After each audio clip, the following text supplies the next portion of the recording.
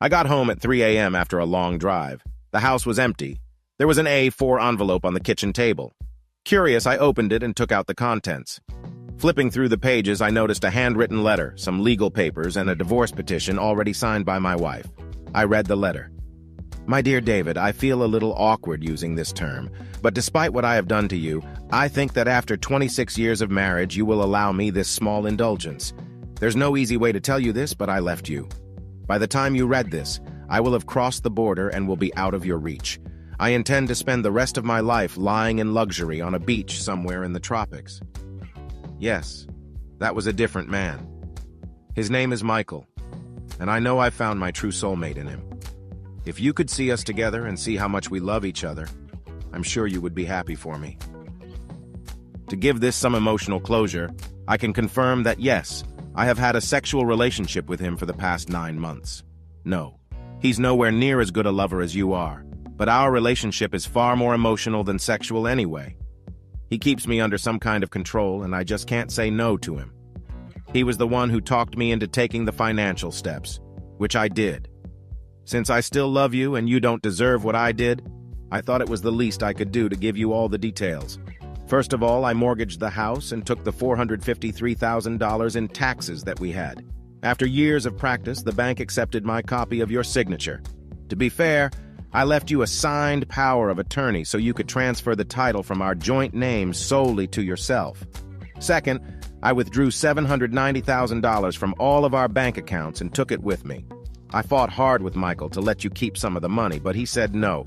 Sorry, Dave, I just can't resist him. I also sold my Lexus and got $45,000 from it. Of course, I'm taking all my jewelry with me.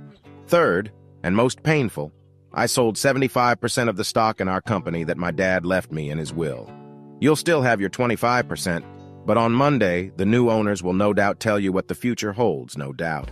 I don't feel too bad about this as I felt it was mine to sell.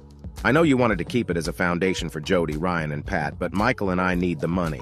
We had to sell the stock cheap since it was a cash deal and a little iffy. I've never met the people who bought it as I worked through a middleman, so I don't know what they are like. Trust me, I sincerely hope they keep you as manager and Ryan stays there. The $5.8 million that this deal brought me, we're taking that with us too. Don't think it's all one-sided. Michael also mortgaged his house, using the same trick I did, and cleared out his bank accounts. He also took all of his wife's jewelry, which I thought was a bit sneaky. His share is much smaller than mine, but still amounts to over $1.2 million. The only concession to decency he made to her was leaving his wife with power of attorney and clean-signed divorce papers. I feel a little sorry for her, but since I've never met her, I'll live. I'll continue. Please find the attached blank divorce petition. It already has my witness signature on it. I don't want you to get your hopes up that I'll come back. I'll live happily ever after without you. It seems unfair to me that you have to wait 12 months to divorce me because I left you. I expect you to file immediately and keep all our assets for yourself. Hopefully, 25% of the company will provide you with a decent retirement. Please give my best wishes to the children, and if you can, protect what I have done. I know they never forgave me for that affair 5 years ago, but it will still hurt me to never see them again. When I get settled, I will send my friend Cindy an address where you can send me letters. I believe she will never open it to you. She doesn't like you since you turned her down when she came to see you that time. Again, if you can find it in your heart, I would love to get pictures of any grandchildren we end up having. After the 7-year statute of limitations is up, I might even go back and see them. I understand if you don't want to see me. Well, I won't be flirting anymore. You may notice that the bottom of this page is creased. That's from my tears. You don't deserve this, and I am truly sorry for my weakness.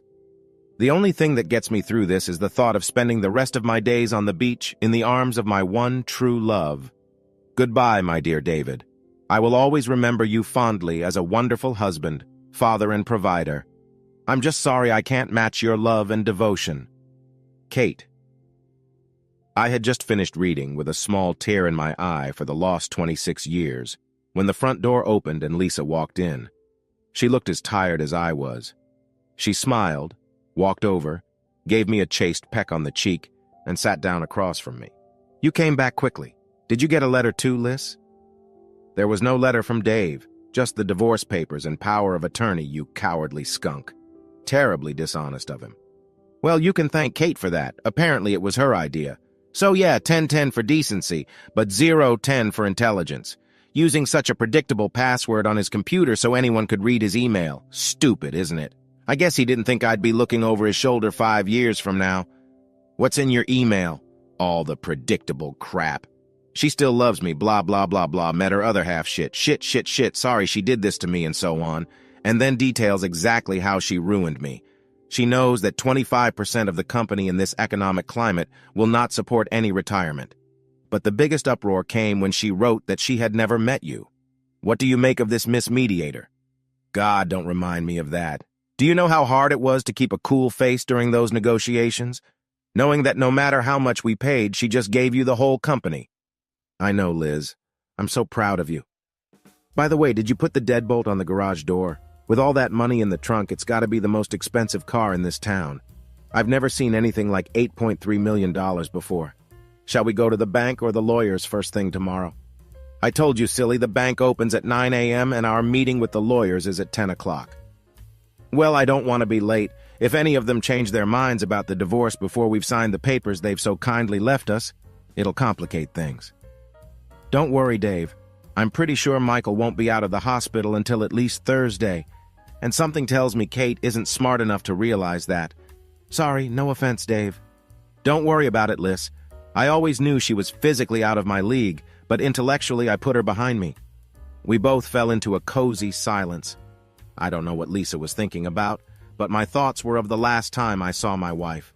She was standing lonely on the side of the road. We followed the getaway car, about 10 minutes behind them. It looked like Michael had ditched Kate when she got out of the car at a service station near the border for some reason. Lisa waved goodbye to her. As if reading my mind, Lisa spoke up. I wonder where she is now. I hope she's safe, in a cell somewhere. Honestly, calling the police to have her arrested for forging signatures was just my way of protecting her from predators on the highway. I believe you, Dave. Being a considerate gentleman is just one of the things I like about you. By the way, do you think I could sue the bank for letting her do this? We'd make a decent profit that way. Well, Dave, don't be greedy.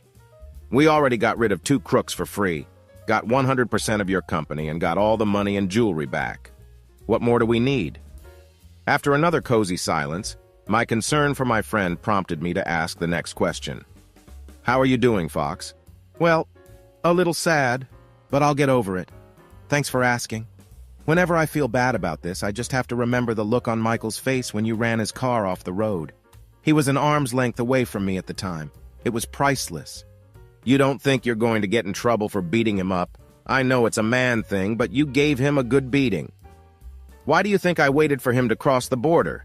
Anyway, what do you mean I'm in trouble? You mean us? I saw you kick him in the balls at least 8 times. It's already done. A few days in the hospital will give them time to deal with the extradition warrant. He's not going anywhere. There was another silence.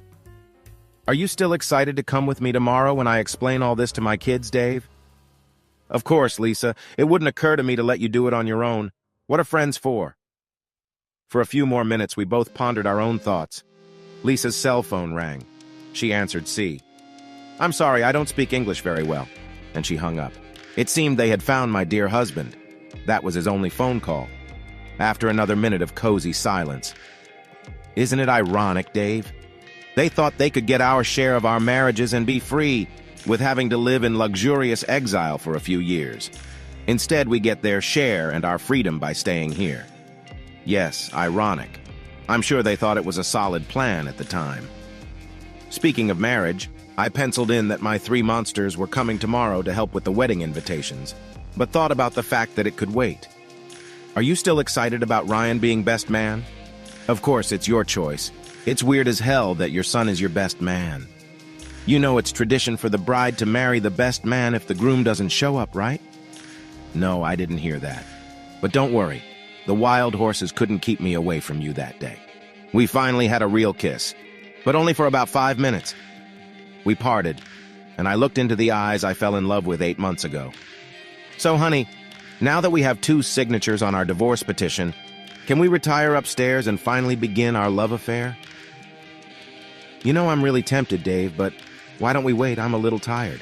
That way we can make it really special, but I'll settle for one of your famous all-night cuddles.